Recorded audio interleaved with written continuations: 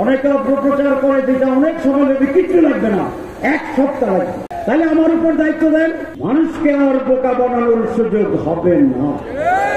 ভোটের আগে যদি একটা দল ক্ষমতায় যাওয়ার নিশ্চয়তা পায়, তাহলে ইলেকশনটা কেমন হবে? আমি সরকারের প্রধানকে বলবো, এটি আপনার মৌলিক দায়িত্ব। আপনি মানুষকে বলেছেন সুষ্ঠু জাহাজী নির্বাচন করবেন, এটা মুখের কথা। তাহলে আপনি সেই ব্যবস্থা গ্রহণ করুন, লেভেল প্লেইং ফিল্ড তৈরি করুন, সংস্কারকে আইনিক বোঝাতে দেন। অনেকে অপপ্রচার করে যেটা অনেক সময় লাগবে, কিচ্ছু লাগবে না, এক সপ্তাহ লাগবে। তাহলে আমার উপর দায়িত্ব দেন। আপনি যেরকম আলী রিয়াজ সাহেবকে দায়িত্ব দিচ্ছেন, আপনি আব্দুল্লাহ মোহাম্মদ তাহেরকে দায়িত্ব দেন।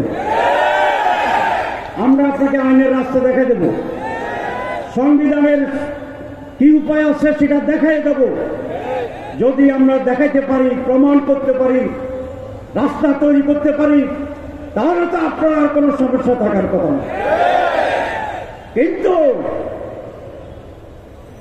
মানুষকে আর বোকা বানানোর সুযোগ হবে না। মানুষ ঐক্যবদ্ধ। কেউ কেউ বলে যে আমরা ক্ষমতায় গেলে করবো, তাহলে ওনারা যে ক্ষমতায় যাবেন এটা প্রায় নিশ্চয়তা পাচ্ছেন, ঠিক আছে না? তাহলে ভোটের আগে যদি একটা দল ক্ষমতায় যাওয়ার নিশ্চয়তা পায়, তাহলে ইলেকশনটা কেমন হবে এটা কি বোঝা যায় না? যায় না। তাহলে আপনাদের কথার ভিতরে তো ফাঁক। আমরা জামাত ইসলামী, এদেশের মানুষ অনেকগুলো দল, আমরা আলাপ আলোচনা করছি। আমরা সকলে এই দেশের কল্যাণ চাই, আমরা নির্বাচন ডেমোক্রেসি চাই, আমরা নির্বাচন সুস্থ এবং জনগণের পার্টিসিপেশনে উৎসবমুখর নির্বাচন চাই।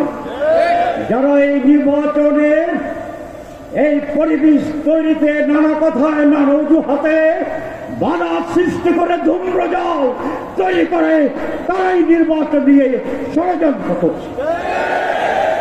এই দেশ কোন পদ্ধতিতে চলবে সেই সিদ্ধান্ত নেওয়ার ক্ষমতা জনগণের, আপনাদের।